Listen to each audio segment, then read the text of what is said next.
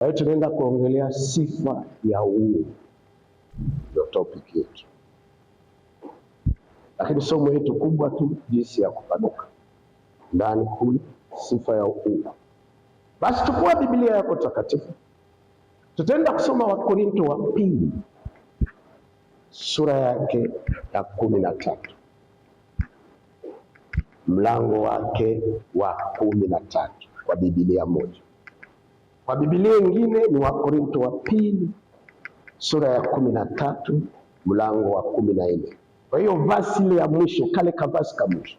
Tunasema tunaongelea kuhusu Second Corinthians chapter 13 verse 13, au kwa Bible nyingine Second Chronicle 13 to 14. Hiyo verse ya mwisho, de Corinthiens chapitre 13 verset 13 kwa Biblia moja, kwa wengine chapitre 13 verset 14.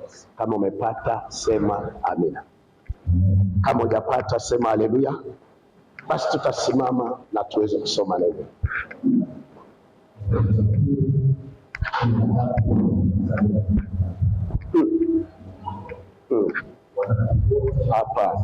Hapa hiyo yako 10, soma 14 yako, mwisho ni 14. Ile verse ya mwisho ya Wakorintho, hiyo chapter ya mwisho na verse ya mwisho, kwa Biblia nyingine kwa mstari wa 13 na kwa Biblia nyingine kwa mstari wa 14. Neema ya Bwana wetu Yesu Kristo na upendo wa Mungu Baba na ushirika wa Roho Mtakatifu ukae nasi sote. Amen. Jina la Bwana libarikiwe. Ukae chini. Tukwambia duniani hakuna mtu iko big kama Mungu, na ukubwa wa Mungu kwa sababu ana kila kitu kinaonekana na kisichoonekana. Na kama sisi tunataka, kwa sababu Mungu anasema ni mwaka wetu wa kupanuka, na kama sisi tunataka mwaka utupanuke kwa kila kiwango, tupanuke kiroho, tupanuke kiuchumi, tupanuke kiafya na tupanuke kijamii, lazima tuweze kumkopi Mungu.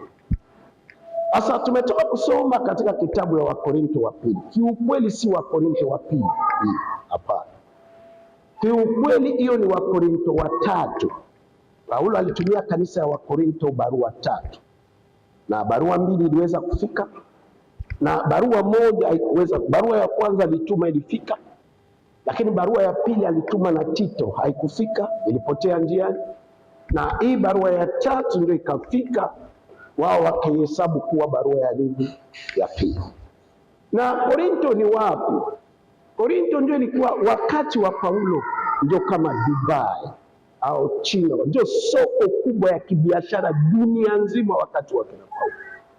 Na mahali kuna soko kubwa ya kibiashara, wasomi wanapatikana, wasiosoma wanapatikana, matajiri wanapatikana, maskini wanapatikana, wenyeji wanapatikana na wageni wanapatikana. Mahali kuna hela, watu wote wanafanya nini? Wanaenda.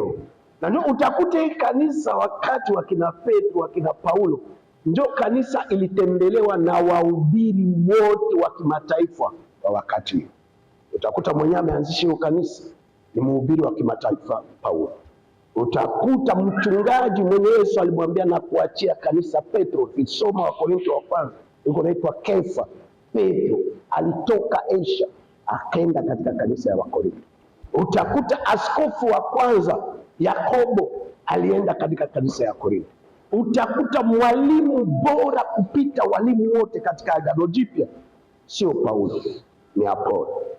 Apolo alienda katika kanisa, na kwa sababu ilikuwa na ushawishi, ina nguvu. Mahali kuna hela, mahali kuna mali, watu wote wanaelekea huko. Na sasa Paulo ilibidi atumie kanisa barua 3, na maneno yake ya mwisho, sipende kuongelea maisha 10 ya Wakorintho. Ni kanisa ilipokea wahubiri wote, ni kanisa ilikuwa na pesa, ni kanisa ilikuwa na karama zote za kiroho, lakini ndio ilikuwa kanisa jinga kupita makanisa yote na haikwenda mahali.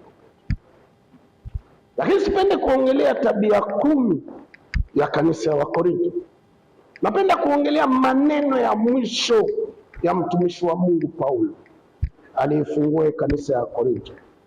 Baada ya kuambia hiki na hiki na hiki na hiki katika barua, kwa mwisho akawaambia neema ya Bwana wetu Yesu Kristo na upendo wa Mungu Baba na ushirika wa Roho Mtakatifu ukae na makanisa yetu. Tukafikiri ni mfumo wa Biblia Yesu ama Paulo alikuwa anapenda kutuambia tukimaliza hizi ibada tuseme neema ya Bwana wetu Yesu Kristo, upendo wa Mungu Baba na ushirika. Tunaweza kuifanya hiki kitu mara 700 mara 800 na haitabadilisha chochote kwa maisha, na hatutapata hiyo neema, na hatutapata hiyo upendo, na hatutapata hiyo ushirika. Isipokuwa Paulo alikuwa anawafundisha Mungu kama alikuwa Mungu ni mmoja, lakini akiwa na nafsi ngapi? 3. Ndani ya Biblia hakuna Mungu Baba, Mungu Mwana, Mungu Roho Mtakatifu. Kwa Biblia nzima haiko. Ukisema tu Mungu kwa jina la Mungu Baba, Mungu Mwana, Mungu Roho Mtakatifu, unaabudu miungu au waabudu Mungu.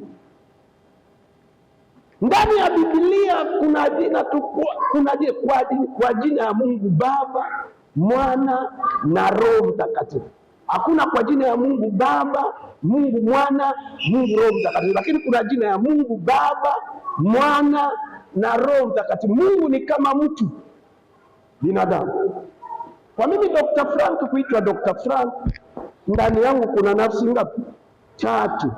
Ya hiyo inaandikwa kwa Wathesalonike wa kwanza sura ya 5:23.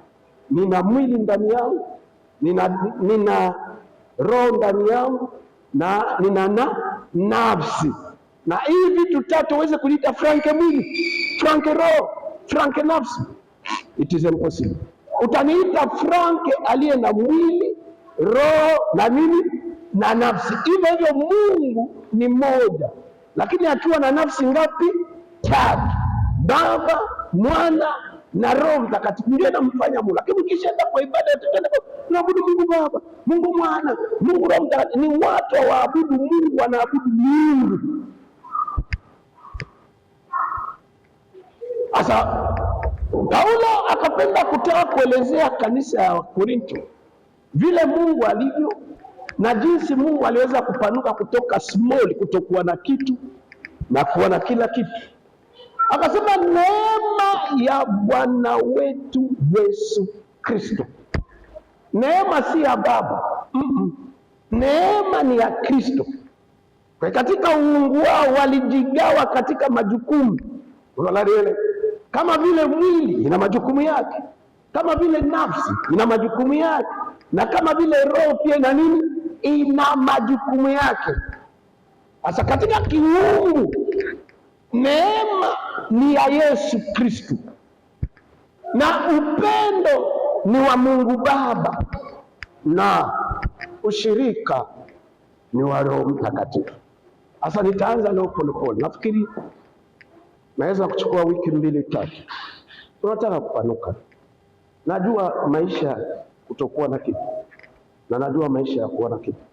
Najua kazi ya Mungu yenye iko small, matatizo yake, na najua uzuri ya kazi ya Mungu inaokuwa si kazi tu ya Mungu, kazi yote. Unaona kama una kibanda kadogo kakiwa kidogo vile kanasumbua, wanakuja kuitisha mchicha au na nyanya peke yake, wanakuja kuitisha nyanya au na pilipili. Sasa lakini ukiwa na kila kitu, hela inaingia mingi. Lakini kusudi tuweze kupanuka, kusudi mbingu iweze kupanuka na kuwa na kila kitu, hii nafsi 3 ilijigawia majukumu ngapi? 3. Na kusudi sisi tuweze kupanuka hii mwaka 2026, lazima tujikawie majukumu mangapi? 3 ya kiungu. Jukumu ya kwanza, na ndio tunaanza nayo, tutaongea leo na tuendelea nao kati ya wiki, nafikiri mpaka Jumapili ya pili.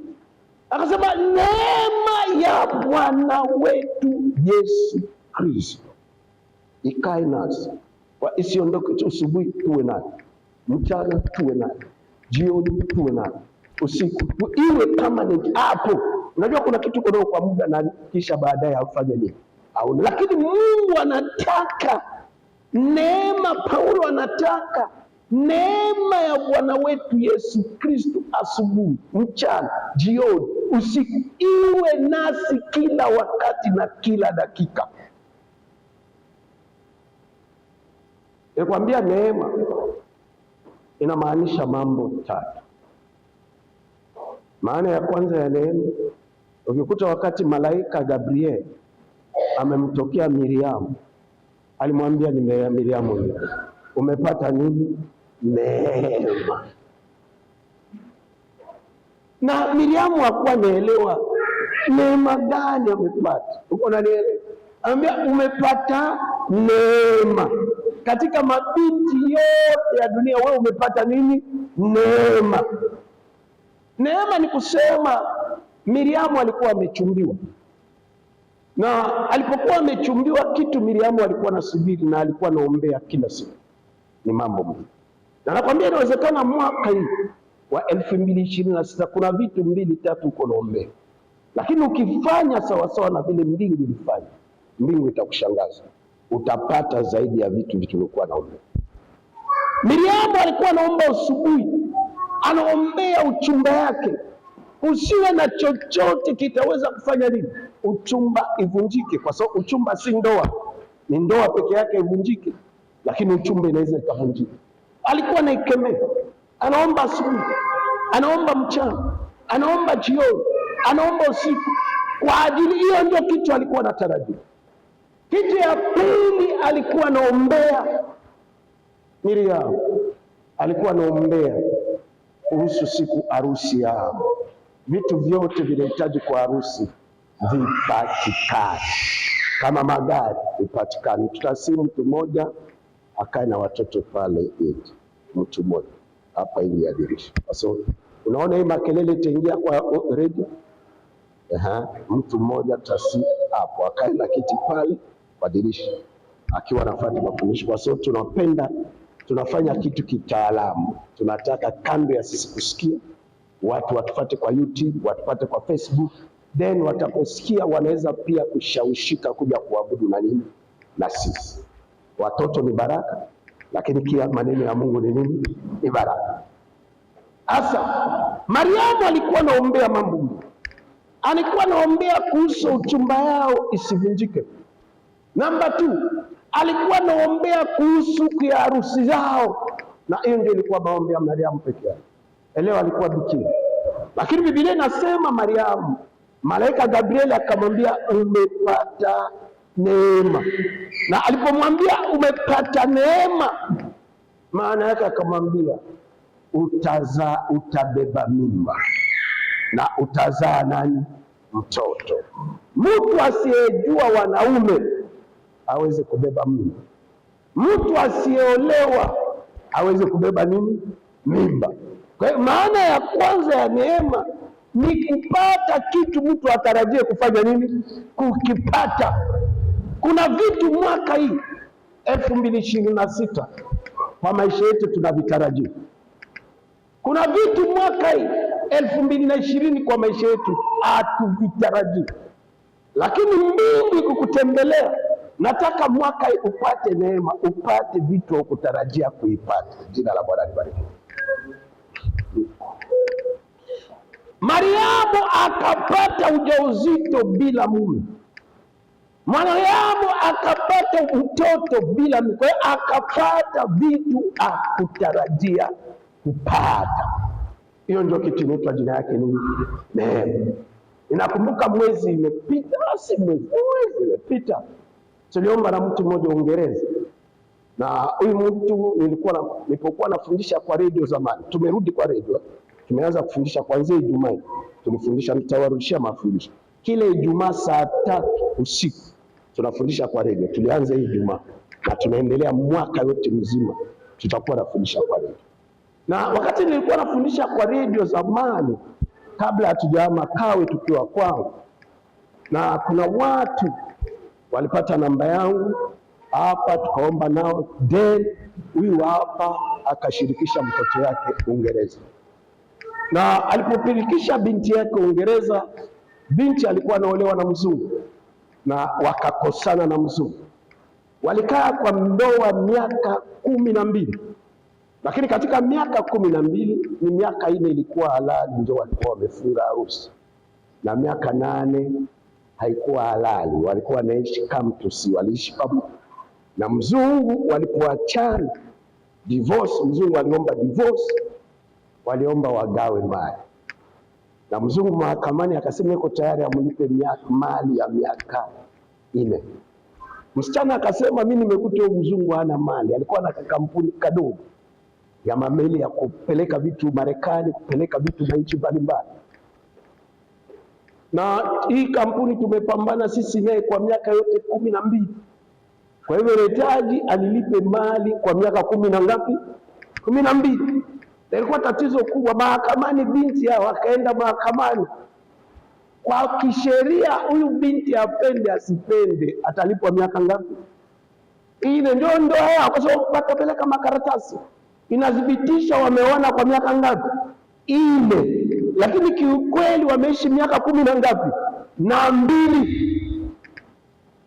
Na huyu binti alipiga simu kwangu, na alipopiga simu kwangu akaniambia baba, shida hii. Na nikamwambia nitumie picha ya bwana yako na yako. Napenda kuomba kwanza kabla siyakupatia mwelekeo.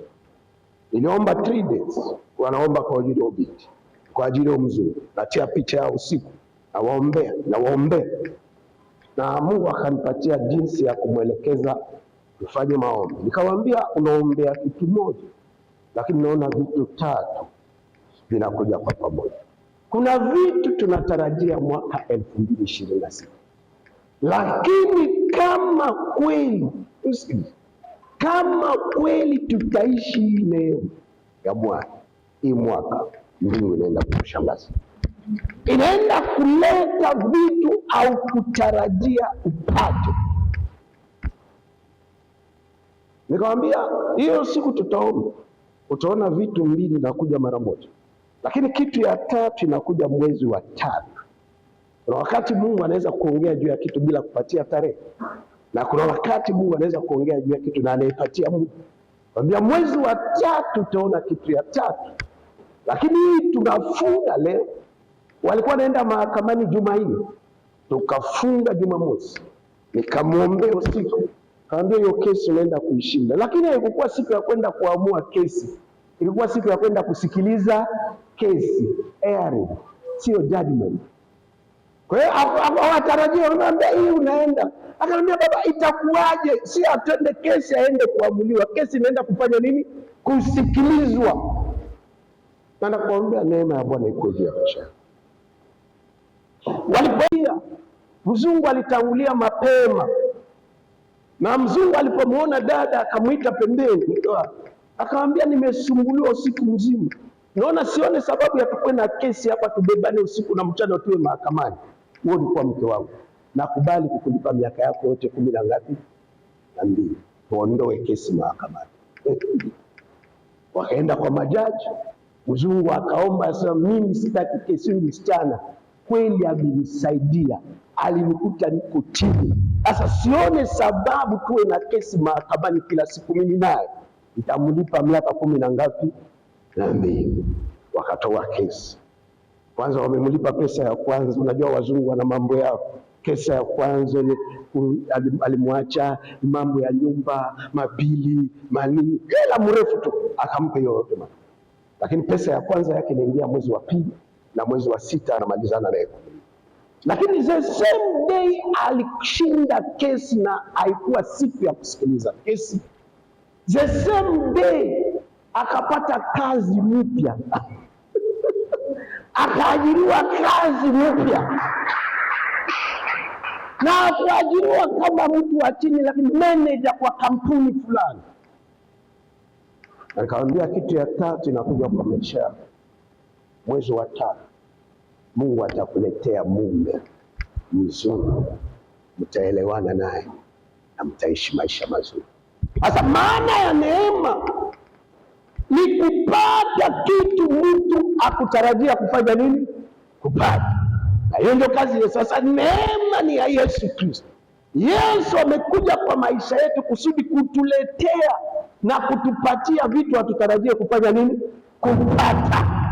Hii mwaka mapepo ipende sipende, watu wapende wasipende, dunia ipende sipende, coming soon watu wanaenda kupata vitu hawakutarajia kufanya nini? Kupata. Na maana ya pili ya neema, kisha Mariamu kumpata mtoto Yesu. Unasikiliza? Hakuja kuambiwa siku anazaa mtoto. Sasa kwa sababu umezaa mtoto bila mwanaume, unahitaji ulipe milioni 2, unahitaji ulipe milioni 5, lakini alimpata mtoto bure, pasipo malipo yoyote. Jina la Bwana libarikiwe. Na hii mwaka mbingu inaenda kutushangaza. Lakini sasa kusudi tupate neema, kusudi ndio vile sasa tumekombolewa. Kwa nini? Kwa neema. Kwa sababu hakuna chochote tulifanya sisi hapa. Mshahara ya dhambi ni mauti. Sisi wote kabla ya kuokoka tulikuwa naishi maisha ya dhambi, maisha yasiyompendeza Mungu. Lakini Yesu akakubali, akafanya everything bila sisi kujua, tukajikuta tu tumeokolewa. Kwa nini? Kwa neema. Tumepata wokovu. Lakini kusudi sisi tupate neema ile ilianguka kwa maisha yetu. Kazi ya Yesu ni kuleta neema, lakini kusudi Yesu alete neema ilihitaji neno fulani, na kusudi neema ya Mungu ingie kwa maisha yako inahitaji jambo fulani. Yesu alikubali kufa, kujitoa wapi? Msalaba. Alijisacrifice. Na wakati aliona hiyo kitu hatari inakuja, alitaka kukataa.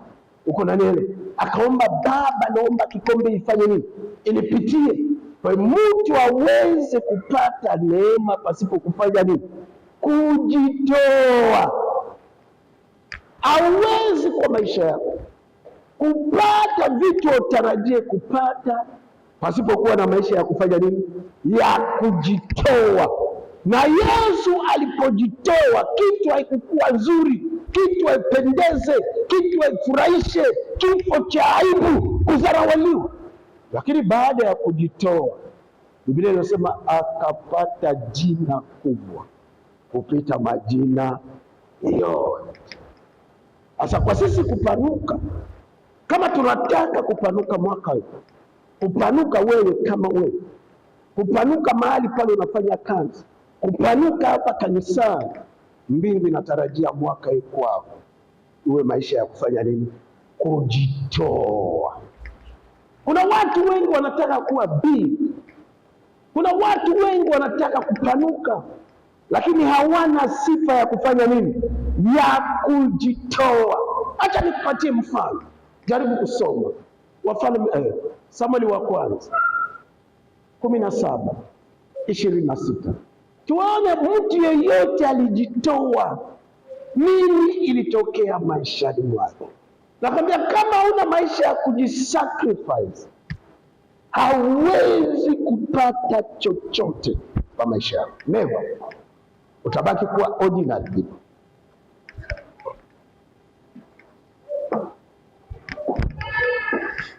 Biblia inasema Samueli wa kwanza 17:26. Mchungaji Daniel tusome.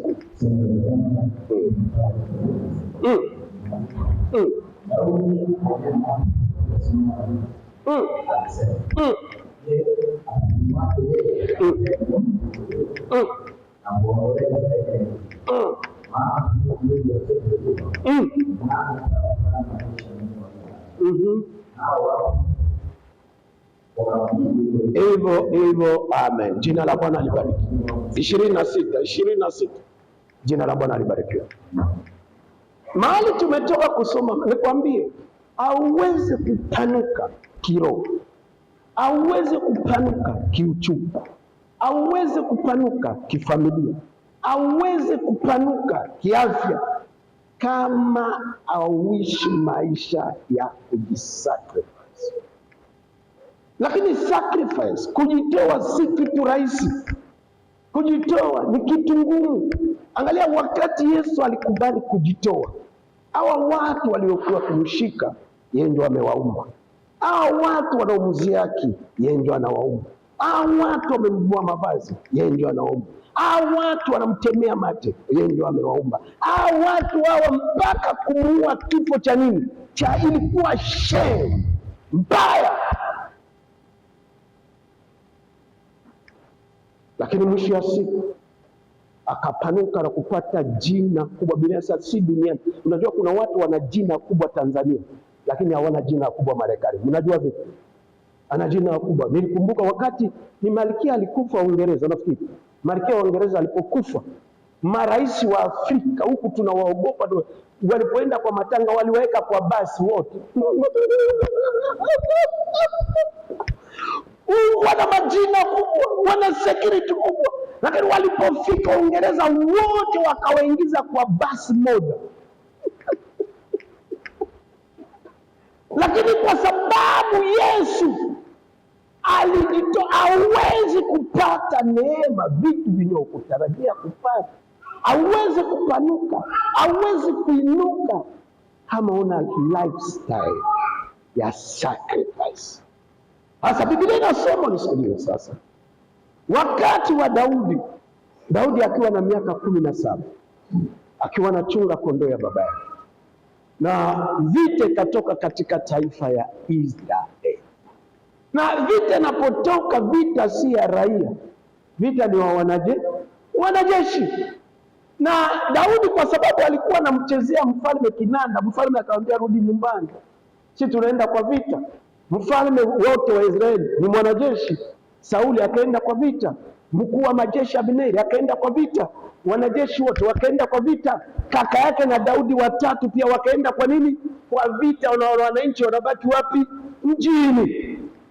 Na walipofika kule kwa vita, nataka hii mwaka upanuke, nataka hii mwaka upate kitu hujawahi kupata, nataka hii mwaka ufike mahali hujawahi kufika, nataka hii mwaka uguse kitu hujawahi kugusa kwa maisha yako.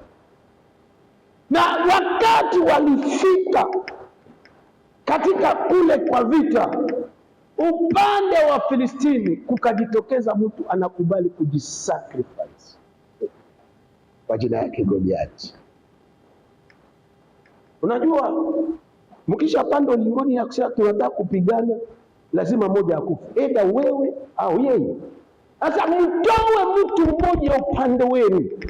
Tusifanye vita ya muda mrefu, tufanye vita fupi sana.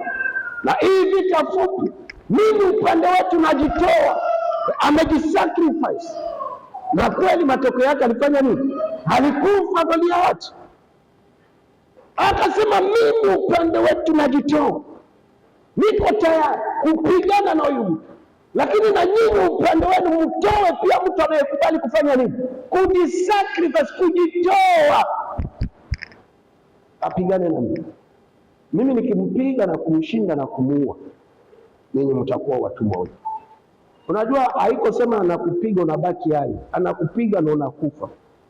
Na yeye akinipiga na kuniua, sisi tutakuwa watumwa wetu. Biblia inasema kuanzia mfalme, mkuu wa majeshi Abneri, wanajeshi wote pamoja na ndugu yake na Daudi walipoangalia Goliathi, akasema hapa. Kila mtu akasema haiko tayari kujitoa kwa hiyo kitu. Siku ya kwanza wote ni wanajeshi, majenerali, makanali, masajenti, watu wamepigana vita kwa muda mrefu, lakini hawako tayari kufanya nini? Kujisacrifice. Biblia inasema Daudi akatumwa kupelekea ndugu yake chakula, si mwanajeshi, pili ni mtoto mdogo.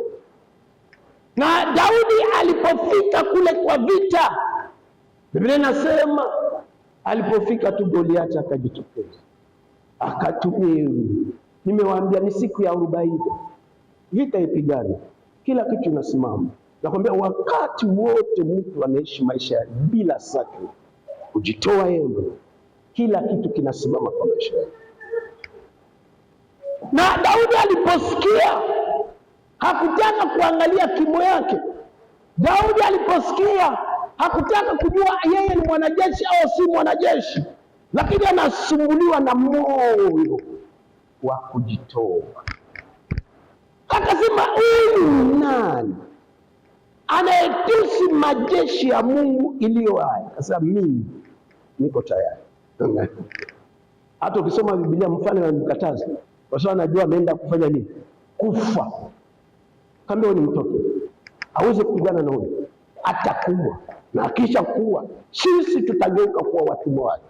Akisema, mimi najitokeza kuwa tayari kupigana na huyo mtu. Matokeo yake, kabla ya Daudi kupigana na Saul na Goliath, nchi nzima ya Israeli hawakuwa najua Daudi alikuwa na kajina kanini kadogo, kwa sababu Daudi ametoka kwa familia maskini waliokuwa na kondoo 20, watoto wanaume 8. Daudi akuzaliwa capital city. Daudi amezaliwa wapi? Kijijini Bethlehem. Daudi akusoma. Kwa hiyo ukiangalia background ya Daudi, hauone hata siku moja nchi ya Israeli inaweza kuongelea mtu anaitwa jina yake nani? Daudi. Na ukiangalia background yako, mahali umezaliwa, mahali umetoka, hauone hata siku moja vile Tanzania inaweza kuongea kuhusu wewe. Lakini kama utaishi maisha ya kujitoa, Tanzania inaweza kuongea kuhusu wewe. Mko nafuata CAN, mmeangalia CAN, mpira ya inaendelea Morocco. Mko kiroho sana. Mko kiroho. Unaangalia. Nani anaangalia michuano inaendelea Morocco? Mko kiroho. Unajua nani anajulikana kwa sasa kule Morocco? Nani anaweza kuniambia yule anaangalia? Mnajua nani anajulikana Morocco kushinda watu wote kwa sasa? Acha wewe. Mnajua nani anajulikana Morocco kushinda watu wote? Si hakuna hata timu moja inajulikana kupita huyo. Unaona? Hakuna hata coach moja anajulikana kuliko huyo mtu. Mtu mwenye iko peke yake ametoka Kongo. Yeye ni shabiki wa mpira peke yake. Ndio dunia yote fuata Ufaransa, Marekani, Uingereza wanaongelea hacheze mpira. Yeye ni shabiki anabebwaka na timu ya Kongo mahali kote naenda duniani. Lakini katika ushabiki yake akiingia uwanja apige makofi, apige vigelegele, hata goli ikiingia ashabiki yeye wamemwekea kiti hapa. Anapowekewa kiti hapa, anapanda juu ya kiti. Mwangalie kwa mitandao mtabona huyu mtu. Andika tu Lumumba. Yanaweka Lumumba huyo mwenyewe alikuwa mtu wale alikomboa nchi ya Kongo kwa mikono ya wazungu. Sasa wakati alikuwa anapinga wazungu alionyeshaka mkono hivi. Sasa sanamu yake iko Kongo iko hivi. Sasa huyu mtu wakati mechi inaanza tu anapanda kwa kiti, anaweka mkono bila kutingizika dakika yote 90, atingizike, apumzike, mkono ishuke chini. Mpaka unajiuliza ana uwezo ya kuweka dakika 115 hivi. Angalia tu naweza kurudisha ibada pale iko tu. Anaweka mkono. Sasa makamera yote natoka kwa mpira. Makamera yote na aniko. Ni mtu hata kutikisika kidogo, atikisike dakika 10. Sasa huyu mtu anasema ni kama mti dakika 20. Mtu anasema ni kama mti dakika 50. Anasimama kama mpaka mwanzo ya mpira mpaka mwisho ya mpira. Na najua ataenda kwa hiyo kitabu ya Guinness. Huyu mtu atashinda hela. Kwa sababu iko impossible mtu ufanye hivi bila kutikisika. Unaona kabisa kama ni sanamu. Aiende kushoto, aiende kulia, lakini ni sacrifice. Unanielewa? Ameamua kufanya nini? Kujitoa. Matokeo yake na wenye nchi na wachezaji mpira na matimu coach, hakuna mtu anajulikana kama mtu anaitwa jina yake nani? Lumumba. Kila wazungu watu wanatoka nchi mbalimbali kuja kutaka kumuona. Ma-BBC, ma-CNN wanakuja kumuoji yeye, hawakuja kuoji timu ya mipira, hawakuja kuoji makocha. Kwa nini hawaoji? Kwa sababu unapatikana mtu anafanya kitu ya ziada. Nakwambia hauwezi kupanuka ukiwa nafanya vitu ya kawaida. Mtu anaweza kupanuka tu wakati mtu anaamua kufanya vitu ya ziada.